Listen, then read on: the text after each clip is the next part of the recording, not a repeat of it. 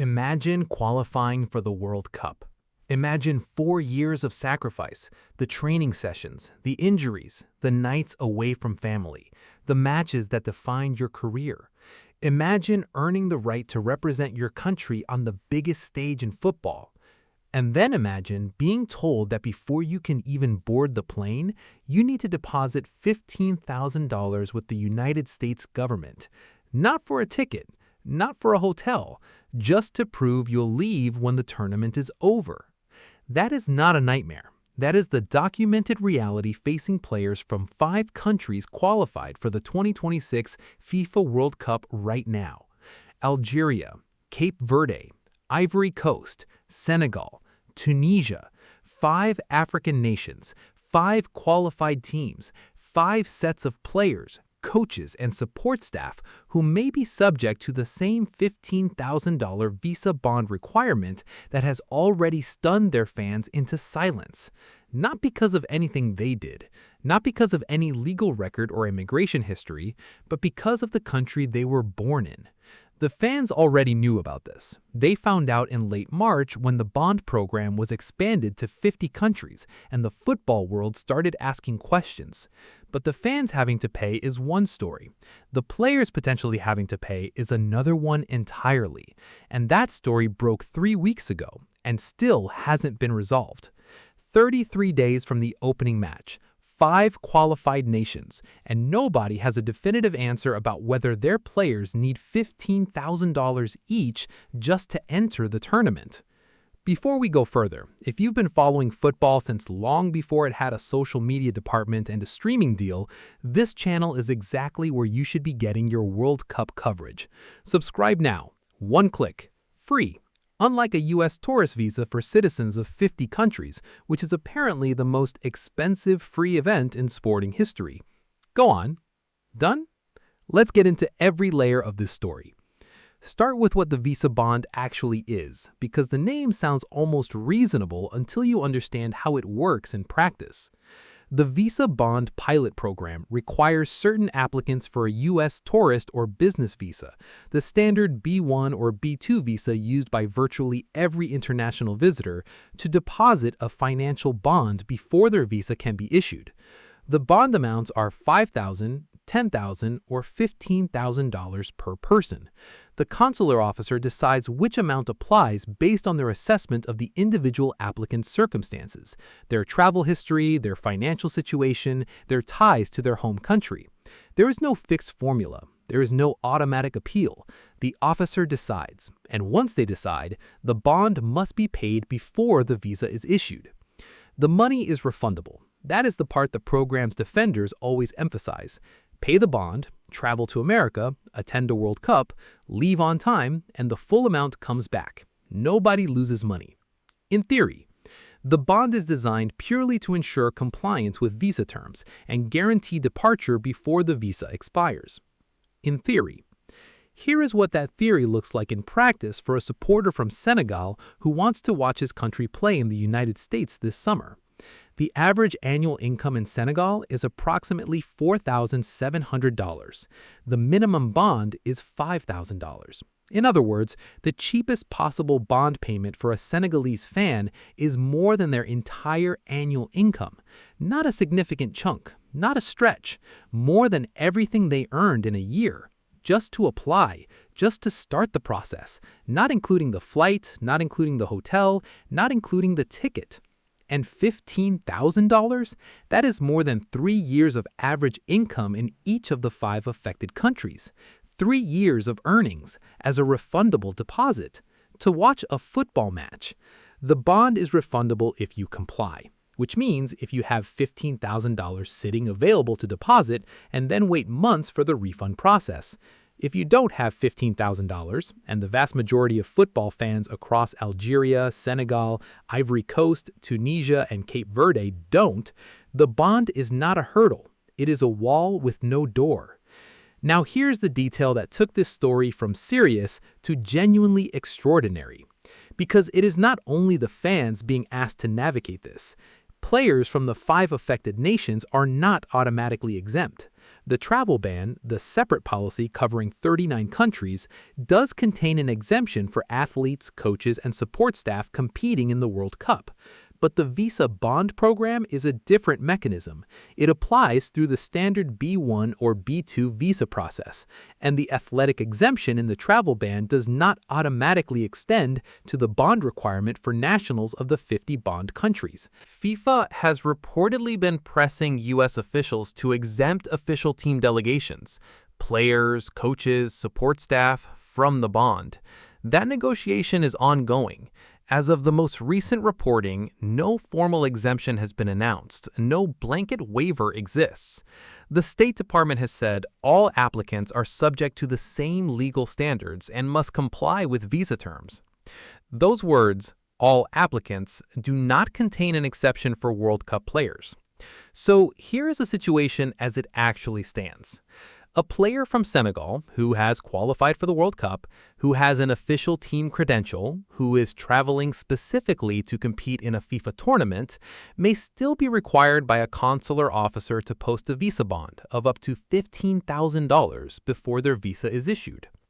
And the wording of the available exemptions suggests that even if players eventually receive a waiver, it almost certainly will not extend to their immediate families. A player's wife, their children, their parents who want to watch them compete at the World Cup. They remain subject to the full bond requirement. Think about what that means in human terms. A player from Algeria earns the right to represent his country at the World Cup. His mother, who has watched every match of his career, wants to be in the stadium. She needs $15,000 as a deposit just to apply for a visa. A deposit that represents more than she might earn in 3 years. And if she can't produce it, she watches from a television screen in Algiers while her son plays the biggest match of his life. That is not a logistical footnote. That is a fundamental breach of what the World Cup is supposed to be. This is a good moment to check in with you, because if you are watching this and thinking, I had no idea this was happening, I need to understand every development in the story as it breaks, that is exactly what this channel is for. Subscribe now. The next video is already in production, and it covers something that is developing even faster than this. The button is right there. Go on. Now, let's look at the additional complication that makes the bond story even harder to manage, because the bond program doesn't exist in isolation. It sits on top of 2 other policies that compound its effect on World Cup participants. The first is the single-entry visa issue. The State Department has increasingly been issuing single-entry B1 and B2 visas to nationals of designated countries, rather than the standard multiple-entry visas. This matters enormously for a World Cup being held across 3 countries, a team playing group stage matches in the United States, then potentially advancing to a round of 32 match in Mexico or Canada, then returning to the United States for a quarterfinal. That team needs to cross international borders multiple times. A single-entry visa means that the moment a player or staff member leaves the United States after their first match, their visa is void. They cannot re-enter without applying again, with all the bond implications that apply. FIFA is reportedly working on contingencies to manage this, but no formal solution has been confirmed, and the tournament begins in 33 days. The second compounding factor is what the process actually requires in terms of time. Obtaining a B1 or B2 visa for nationals of bond program countries is not a quick process. Consular appointments in several of the affected nations are booked weeks in advance. The bond payment itself, once required, must be made online following the consular officer's decision, adding additional processing time before the visa can be issued. Families trying to organize travel around the World Cup schedule, flights, hotels, match days, cannot finalize anything until the visa is confirmed. And the visa cannot be confirmed until the bond is paid. And the bond cannot be paid until after the appointment.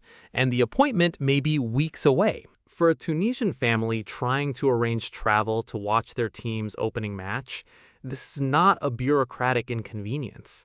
It is a process so complicated, so expensive, and so uncertain that the rational decision is simply not to try. Let's step back and look at the bigger picture, because the bond story is not happening in a vacuum. It is one piece of a mosaic that, when assembled, describes something the 2026 World Cup was never supposed to be. The travel ban covers 39 countries. The bond program covers 50 more. 4 qualified teams have fans who cannot enter the United States at all. 5 qualified teams have fans, and potentially players, who face a $15,000 deposit requirement. Social media vetting proposals would require visitors to provide 5 years of social media history for screening. Hotel bookings across American host cities are running below projections. 80% of American hoteliers in host cities describe the tournament as a non-event in a survey published this week. Take all of that together, and then read what the bond program's own documentation says about its purpose. The bond is designed to ensure that visitors comply with visa terms and depart when required. It is a financial deterrent against overstaying, which means the United States government, in implementing this policy 33 days before the biggest football tournament in history, is treating the fans of 5 World Cup qualified nations as potential overstayers before they have done anything wrong, before they have applied, before they have bought a ticket, before they have booked a flight. The assumption baked into the policy is that they might not leave. That is the message the bond sends. Not to immigration lawyers, not to policy analysts, to a 28-year-old supporter in Tunis who has followed his national team his entire life and saved for 2 years to attend this tournament. The message is, we don't trust you to leave. And in football, a sport built on the premise that it belongs to everyone, that message is one of the most damaging things the host of a World Cup has ever communicated to its guests. What happens next? FIFA continues to negotiate with the U.S. State Department on player and staff exemptions. Those negotiations may produce a formal waiver for competing delegations before June 11th, and that outcome would be the minimum necessary to avoid a genuine crisis involving player access to their own tournament. But even if players are exempted, the fans almost certainly won't be. The bond will remain in place for supporters from Algeria, Senegal, Tunisia, Ivory Coast, and Cape Verde for the duration of the tournament. And for the majority of those supporters, whose annual incomes are a fraction of the bond amount, the practical effect of that policy is identical to a ban. The 5 countries knew what was happening when the bond program was announced in late March. Their federations lodged concerns. Their fans spoke publicly about the impossibility of the financial requirement. Their coaches were asked about it in press conferences. The Ivory Coast coach said he believes things will be sorted out, but nothing has been confirmed. 33 days, 5 nations stunned, and a tournament that described itself as a celebration of global football still waiting to explain how a deposit of $15,000 is consistent with that description. So here's the question. Is there anything FIFA can realistically do in the next 33 days that actually fixes this for the fans, not just the players? Or has the damage to these 5 nation supporters already been done? Drop your answer in the comments. You've been watching football long enough to know when a problem has gone past the point of easy solutions.